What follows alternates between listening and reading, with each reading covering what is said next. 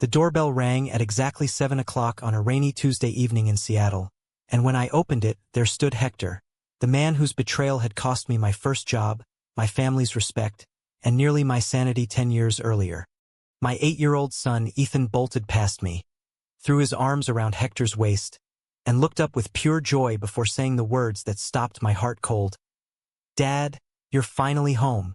I stood frozen in the doorway, rain dripping from the porch roof onto my shoulders, while the man who had once leaked my private messages to my conservative parents and my boss at the law firm now smiled down at my boy as if the decade of pain between us had never happened.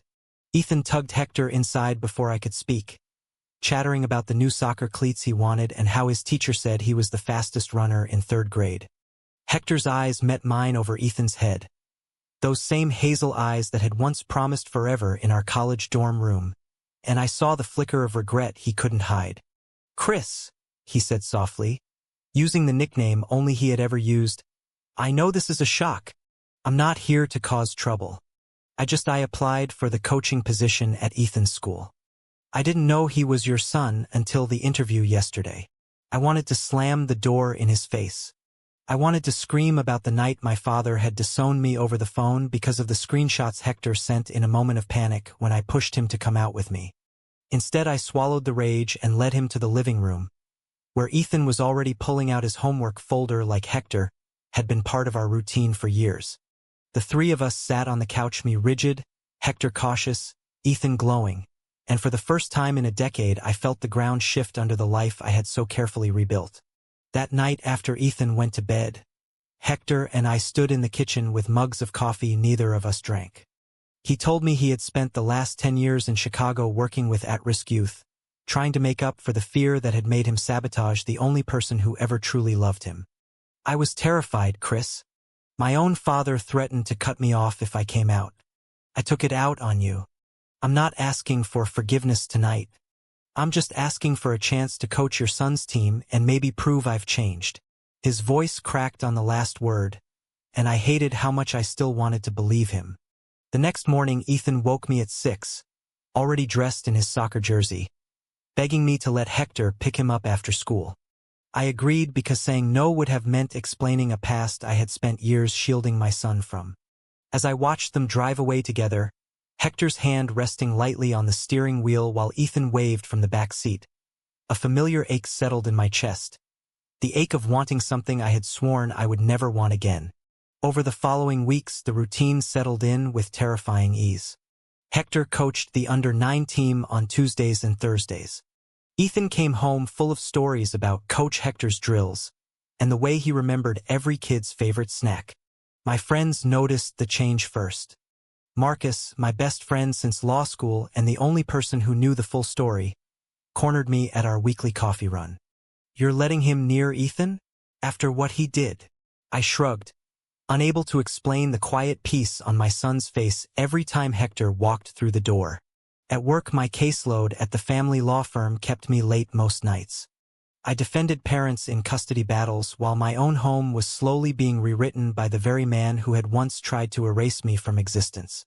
One Friday, I came home to find Hector and Ethan baking chocolate chip cookies, flour dusting both their shirts, laughing like they shared a lifetime of inside jokes.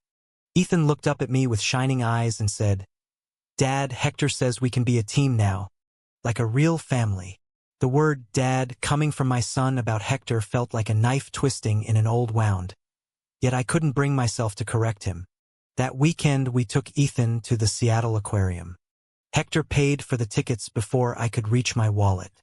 As we watched the giant octopus glide past the glass, Ethan pressed between us, his small hand in mine and his other in Hector's. I caught Hector watching me with the same vulnerable expression he had worn the night we first kissed on the university quad. For one suspended moment, the noise of the crowd faded, and all I could feel was the terrifying possibility that history might not be repeating itself, that it might actually be offering a second chapter. The first real crack in my armor came during parent-teacher night at Ethan's school. I arrived late from court, still wearing my suit, and found Hector already sitting in the tiny chairs beside Ethan's desk, chatting with the teacher like he belonged there. She smiled at me warmly. "Mr. Rivera, Coach Hector has been such a wonderful addition." Ethan's confidence has skyrocketed since he started helping with recess soccer. I forced a polite nod while my stomach churned. Later, in the hallway, Hector pulled me aside. I told her we're co-parenting. I didn't know what else to say when she asked how we know each other. Co-parenting. The word lodged in my throat like a stone. That night, I lay awake replaying every moment Hector had stolen from me 10 years ago. The frantic call from my mother, the HR meeting where they suggested I take some time, the lonely apartment I had cried in for months.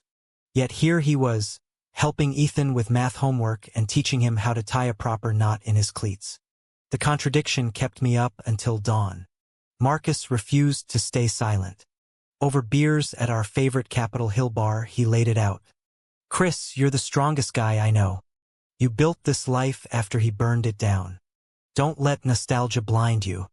What if he hurts Ethan the way he hurt you?" I stared into my glass. Ethan hasn't smiled this much since the adoption finalized.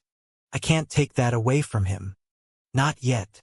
Marcus sighed but let it drop, though I could see the worry in his eyes. The following Saturday, Hector invited us to his small apartment in Ballard for a barbecue. Ethan was thrilled. I went because refusing would have meant explaining feelings I hadn't named even to myself. Hector's place was neat, bookshelves full of youth counseling texts, one framed photo of the two of us from college hidden behind a plant. He caught me looking and quickly turned it face down. "Old habits," he muttered. While Ethan played video games in the next room, Hector and I stood on the tiny balcony overlooking the ship canal. The sun was setting in soft pinks and oranges. "I came back to Seattle because I couldn't stop thinking about you," he said quietly. "Every kid I counseled reminded me of the future I threw away. I'm not the same scared boy anymore. I've been out for 6 years now, proudly. My family still doesn't speak to me, but I made peace with that. I just want to make peace with you." I wanted to tell him peace wasn't that simple. Instead, I asked the question that had haunted me for years. "Why did you send those messages? Why not just talk to me?" His answer came slow and honest. "Because I was a coward. I thought if everyone hated you, maybe they wouldn't look at me. It was the worst decision of my life, and I live with it every day." For the first time, the anger in my chest loosened its grip just a fraction. Monday brought an unexpected complication. My sister Sophia flew in from Portland for a surprise visit.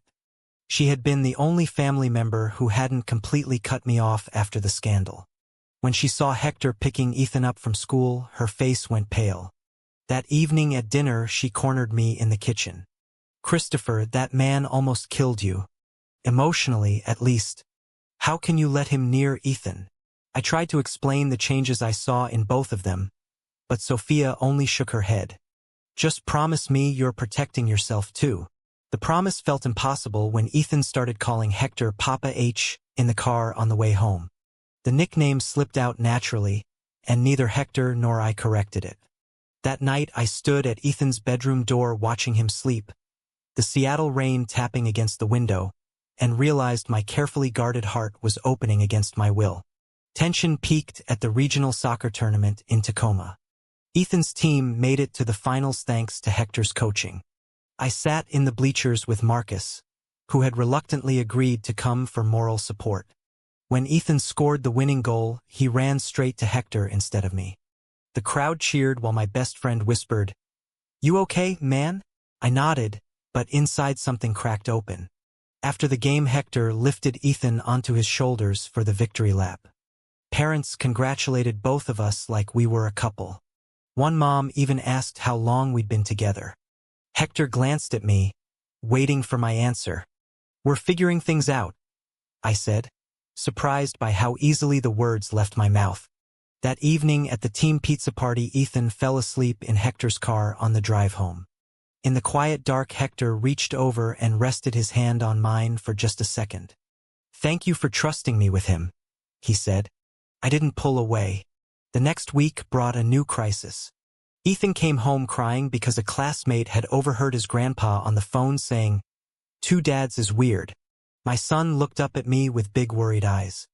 "Is it bad that I want Hector to be my dad too?" I knelt down and held him until the sobs stopped, promising that love wasn't something to be ashamed of. But the conversation stirred every insecurity I had buried. That night I called Hector and asked him to come over. We sat on the porch swing while Ethan slept inside. "He's hearing things at school," I told him. "Society still isn't kind." Hector nodded. "I know. I lived it. But we can show him it doesn't have to break us." Work grew complicated too. A high-profile custody case landed on my desk involving two gay dads fighting for their daughter. The parallels were impossible to ignore.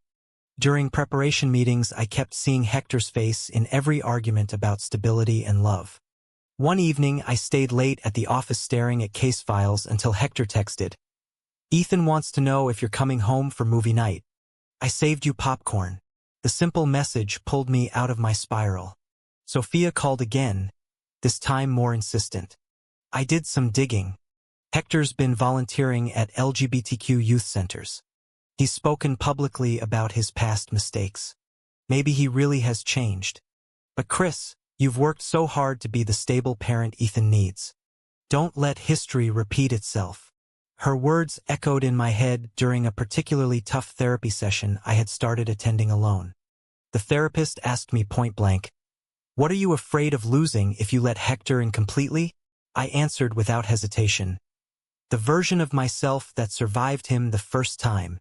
Yet every time I watched Hector patiently teach Ethan how to ride a bike in the park or help him build a model rocket for science class, that fear grew quieter. One Sunday afternoon, the three of us hiked up to Discovery Park. At the lookout point overlooking the Sound, Ethan ran ahead chasing seagulls. Hector turned to me, wind ruffling his hair. "I love him like he's mine," he said simply. "And I never stopped loving you." The admission hung between us like the salt air. I didn't reply, but I let our shoulders brush as we walked back down the trail. The school's annual family picnic became the unexpected turning point. Hector organized the games while I helped with the food tables. Halfway through the afternoon, a group of older kids started taunting Ethan about having two dads who aren't even married. I was across the field and couldn't reach him fast enough. Hector got there first. He knelt in the grass, spoke calmly to the bullies, then wrapped Ethan in a hug right there in front of everyone. When I finally arrived, my son was smiling again. Later that evening, after the last parents left, Hector and I sat on a bench watching the sunset paint the sky gold. "You handled that perfectly," I admitted. He shrugged. "I've been that kid. I know how much one kind adult can change everything." We talked for hours about the therapy he had done, the letters he wrote to my parents that were never answered, the way he had followed my career from afar. When he asked if I could ever see him as more than Ethan's coach, I surprised us both by saying, "I'm starting to." The following month brought real tests.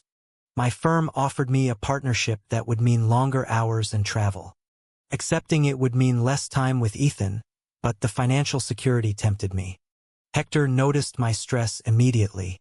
One night after Ethan was asleep, he cooked dinner, simple pasta with garlic bread, and listened while I vented. "Take the partnership if it makes you happy," he said. "But don't do it because you're scared of depending on me." "I'm not going anywhere." His steady presence felt like an anchor I hadn't realized I needed. Marcus finally met Hector for dinner at my house. The evening started tense, but by dessert Marcus was laughing at Hector's stories about coaching mishaps. Later he pulled me aside. "He's different. I still don't trust him completely, but I see how Ethan lights up. And I see how you look at him when you think no one's watching."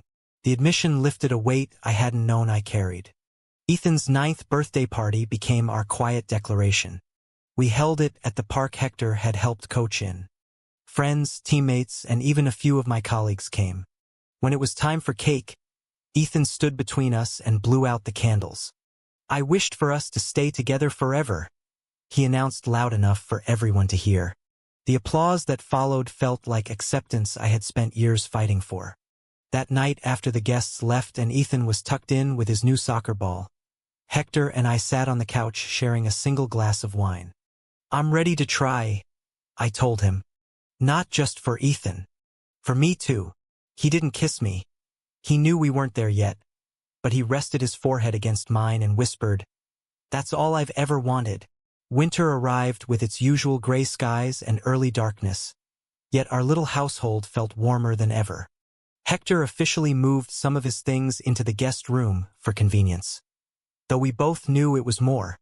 Ethan started calling him Papa H full-time, and the name no longer stung, it felt earned. Mornings became a ritual of 3 sets of hands making lunches and packing soccer bags. Evenings were story time with Hector doing the silly voices that made Ethan giggle until he couldn't breathe. My partnership at the firm was approved, but I negotiated flexible hours so I could attend every game. The senior partners raised eyebrows when they learned about my co-parent, but the quality of my work silenced any questions. One afternoon, a colleague stopped me in the hallway. "You look happier, Rivera. Whatever you're doing, keep doing it." I smiled because for the first time in years I was.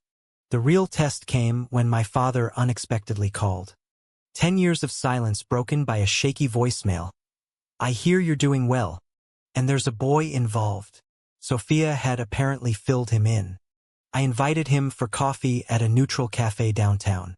Hector offered to come for support, but I needed to do this alone. My father arrived looking older, frielier. He didn't apologize directly, but he said, "I was wrong to let fear dictate my love for you. If this Hector makes you and my grandson happy, I won't stand in the way." It wasn't perfect forgiveness, but it was a door opening. Hector's own family remained distant, yet he started writing monthly letters to his younger sister who had begun responding. He read the latest reply to me one night after Ethan was asleep.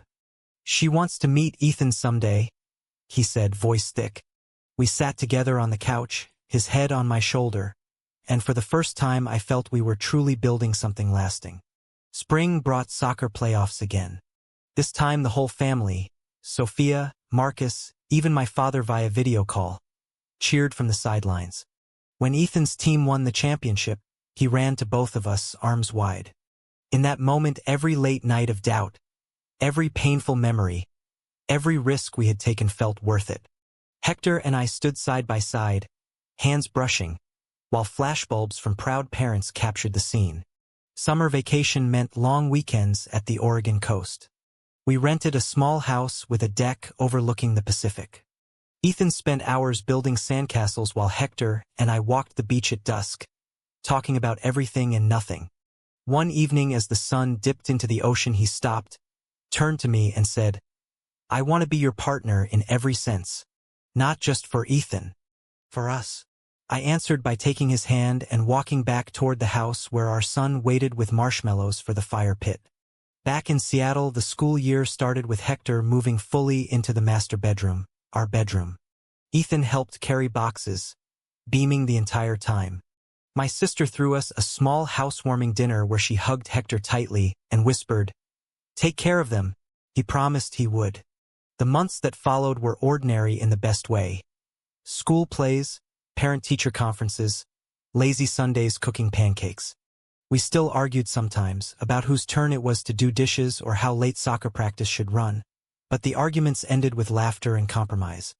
The man who had once tried to erase me had instead helped me become the fullest version of myself.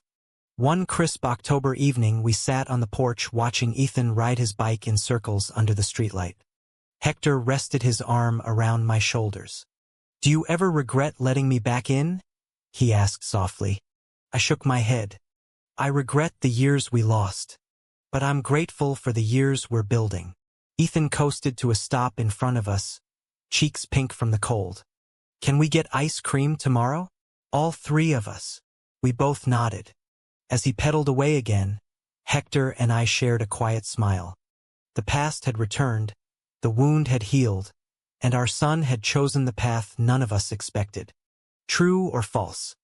A child's innocent love can truly redeem even the deepest betrayal between 2 men who once lost everything?